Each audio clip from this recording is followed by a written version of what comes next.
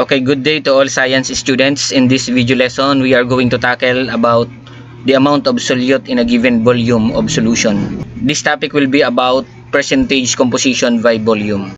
For short review, based on the previous discussion, calculating the amount of solute in each mass of solution or percent by mass answers the following activity.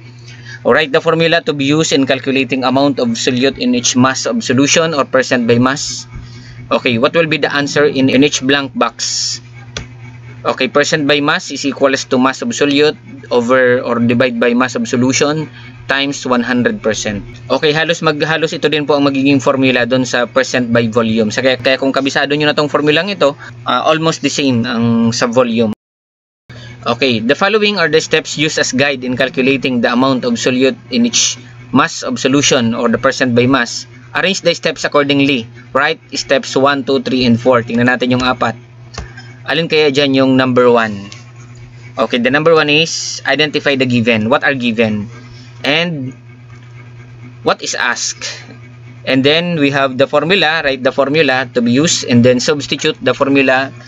And kung may step number 5 pa, compute now the equation using this given formula. The concentration of a solution can also be expressed in percent by volume. Percent by volume is equal to the volume of solute divided by the volume of solution multiplied by 100. The concentration of a solution of two liquids is frequently expressed in percent by volume. This is true for alcoholic beverages. A wine that is 20% alcohol has 20 milliliters of alcohol per 100 milliliters of wine. Ayan.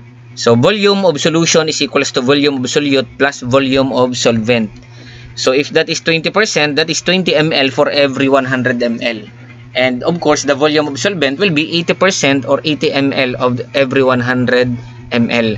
So, if we're going to convert this in percentage form, percentage by volume is equals to 20 ml of alcohol, which is the solute, divided by 100 ml of solution times to 100%. So, match column A with column B. Number 1, it is the volume of solute in each volume of solution times 100. So, the answer is percent by volume. Number 2, these are used to express measured volume of liquid, small or large amount. Okay, milliliters or liters. The amount of space occupied by matter. Okay, that is volume. Form the correct equation to calculate the volume of solute in each volume of solution. Tingnan natin. Volume of solute, percent by volume, volume of solution, 100%. Ito din yung 4 po, halos kahawig lang, napalitan lang itong word na volume dun sa mass. Imbis na percent by mass, percent by volume. Ito naman, imbis na mass of solute and mass of solution, naging po siyang volume. So, kung alam nyo na yung formula sa percent by mass, same lang din po siya. So, ito. Therefore, percent by volume is equals to volume of solute divided by volume of solution times 100%. So, the steps in solving worded problem, percent by volumes, also same steps with a percent by mass. So, number 1, step 1 is identify the given. What are given? For example, mass of solute, mass of solution. Number 2, what is asked? Step 3, write the formula to be used. And then number 4, substitute the formula by the given data and perform the necessary operation.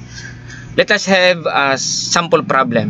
A hydrochloric acid solution is made from diluting 7.5 milliliters of hydrochloric acid in 100 ml of water. Calculate the percent volume of hydrochloric acid in a solution.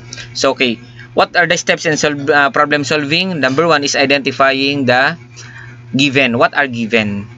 Okay, the given volume of solute is 7.5 ml. Volume of solution is 100 ml of water. And then, what is asked? Percent volume of hydrochloric acid in a solution. And then step 3, write the formula to be used. Okay, the formula is percent by volume is equals to volume of solute divided by volume of solution times 100. Step number 4, substitute the formula by the given data and perform the necessary operation. Okay, we have now to substitute. Percent by volume is equals to, ito yung 7.5 po, ito yung volume of solute sa given. And then yung 100 ml is dun po sa water sa solution. So, substituting now the formula, 7.5 divided by 100 times 100%, that is 7.5%.